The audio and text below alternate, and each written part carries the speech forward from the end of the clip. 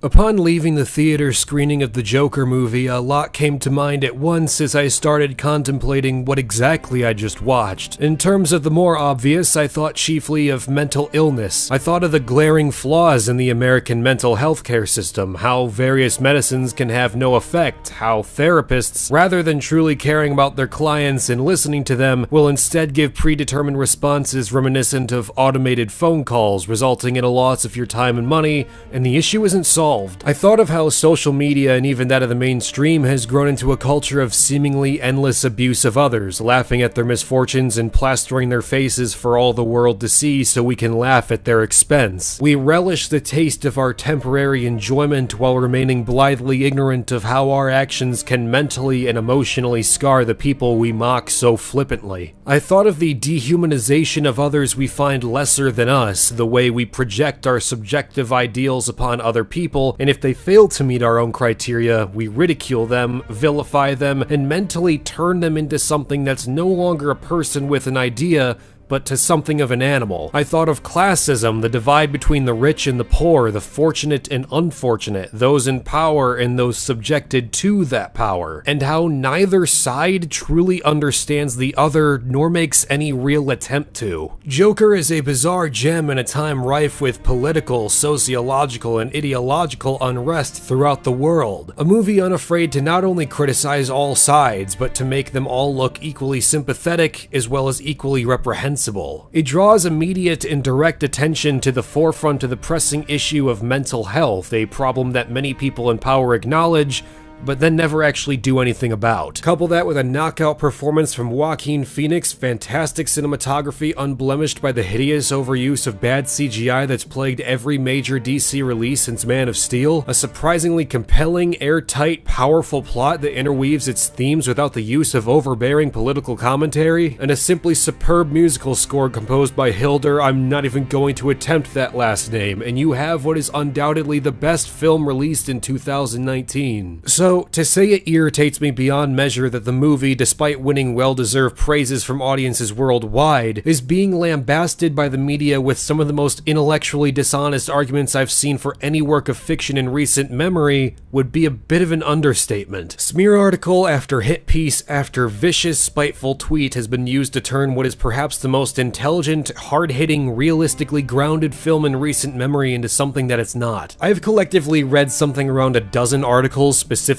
made to bash the film. Now, if you want to criticize a movie based on character inconsistencies, plot holes, or any kind of mechanical flaws you can demonstrably prove to be a detriment to the final product, then I have no issue hearing you out. I've had some movies like The Force Awakens go from something genuinely great to something genuinely terrible based on very good objective argumentation I've seen across YouTube and other websites. In others, I've had movies elevated, turning something I previously didn't much care for into perhaps one of my favorite films of all time, like The Prestige. I find that there's a lot of movies that fall into the camp of being rated very high by its fans, but have so many issues that I can't ever in good conscience call them good films. Ironically, given the Joker's origins, that can be used to describe literally every single DCEU movie. I'd go as far as to say that Joker is the first DC film since The Dark Knight that isn't a total dumpster fire, but since that's an entirely different video for another day, we'll try not to get too hung up on that particular topic. The point is, if Joker had some serious plot-related, character-related, or mechanical-related issues that drag the film down, then it would be the duty of honest reviewers to point out those flaws. Furthermore, it would be the duty of a particularly good reviewer to explain how those flaws could be remedied for improvement in the future. Criticism is fine and all, but it becomes hollow if there's no attempt at suggesting how someone can improve. And yes, this extends to the whole dozen or so people who will actually find this video, so they can inform me how I can likewise improve in the future. The core issue I've found in reading all these articles about the Joker film, however, is that none of them delve into the actual mechanics of the script or filmmaking process. Rather, they focus on political commentary that they wrongly interpret from the film or otherwise project upon it to enforce their own agendas. Now, before I go any further, I should make a disclaimer here and just hope I won't have to repeat it too many times in the future. I hate politics. Despite its prevalence in how the world is run, it's almost always the most divisive and infuriating topic to cover with any side of the wide political spectrum. It's genuinely made me dislike people I thought were otherwise fun to be around or follow, not because I even necessarily disagree with everything they're saying, but because of how it's affected the way they act and treat others. I've lost a lot of respect for people I used to look up to just because of the way that politics have changed how they act. And unlike many people you'll find on YouTube or other corners of the internet, I'm going to try my best to be the opposite of the people who blame all issues on a specific side of politics. As someone who grew up right-wing, went through a very far-left phase for a few years, and now don't know where I stand since the same people I thought I was aligned with actually seem to hate me, I found that it doesn't really matter where you stand. Both sides feature good people, both sides feature bad. I don't want to play this impossibly stupid game of which side is the bad guy, nor do I even really want to discuss politics outside of this video unless it's extremely relevant to the subject matter I'm already covering. But there is something to be said that the more left-wing side of the political spectrum has chiefly been the one championing the defamation of this film, which is ironic given how fervently they defended 2017's Star Wars The Last Jedi based on its themes. I've seen everything from attempts to say that the film makes a direct correlation between mental illness and violence to saying it outright supports white supremacy and glorifies murder. It's often been linked to the Aurora, Colorado shooting, despite the Joker not even being in the movie the shooting took place in. All of this stems from a severe and dangerous thought process that the movie itself is specifically speaking out against, a process that people on the far side of the toxic political spectrum are not only ignoring, but for years have been consistently propagating. The arguments are already flimsy enough, but to see these asinine accusations applied to the film justified with "it doesn't fit perfectly into my political ideology" is quite insulting. An article from NBC's Think, an ironic name given how little thought was actually put into the writing of it, criticized the movie for refusing to take a hardline stance one way or the other with the issue of classism. Another from Insider suggests that the movie correlates mental illness with violence, which is simply not the case with the film. Arthur's mother is also mentally ill but isn't shown to be a violent person. At best, one of her boyfriends beat her and her adopted son, and she was accused of child endangerment for it, but she specifically doesn't seem to be a violent person whatsoever, just tragically delusional. It's not being used as a blanket statement for mental illness. The article then goes on to say that the film is very much a commentary of how society doesn't do enough to nurture people who experience mental illness. This, again, is not the point the film was making. You would have to ignore absolutely all of the context for the first hour and a half to come away with this impression. Arthur is repeatedly beaten, screwed over by his co-workers and employers, mocked and ridiculed openly by hundreds if not thousands of people, and ignored by the people pretending to care enough to help him. This is not commentary of how society doesn't do enough, it's commentary about how the people within a society can poison a man's mind and turn him into a monster. It's the stark lack of nuance, the reaping of context, and the dehumanization of the character that these very critics are taking part in, and their stark lack of self-awareness prevents them from realizing that that's exactly what the movie is speaking against. Take, for example, two pivotal scenes in the movie: Arthur's first major grisly murder and his appearance on the Murray Franklin show. In the former, Arthur viciously murders his co-worker in front of another. This co-worker, though not necessarily intentionally, gave Arthur the gun that made him lose his only source of reliable income. After the fact, he threw Arthur under the bus and allowed for his mocking by the other clowns in the studio. It was Lee Gill's character who was spared in this scene, Arthur's explanation being that he was the only one who never said anything mean to him. Likewise, when he was brought on the Murray Franklin show to be openly mocked in front of a live audience and on air, the Joker made it abundantly clear that it was the savagery of how people treated him, the way he was so openly and relentlessly mocked without any regard for how that would affect him mentally or emotionally, that led him to commit murder. We, as the audience, are meant to sympathize with the Joker, to understand intimately his struggles, his motivations, his aspirations, his desires,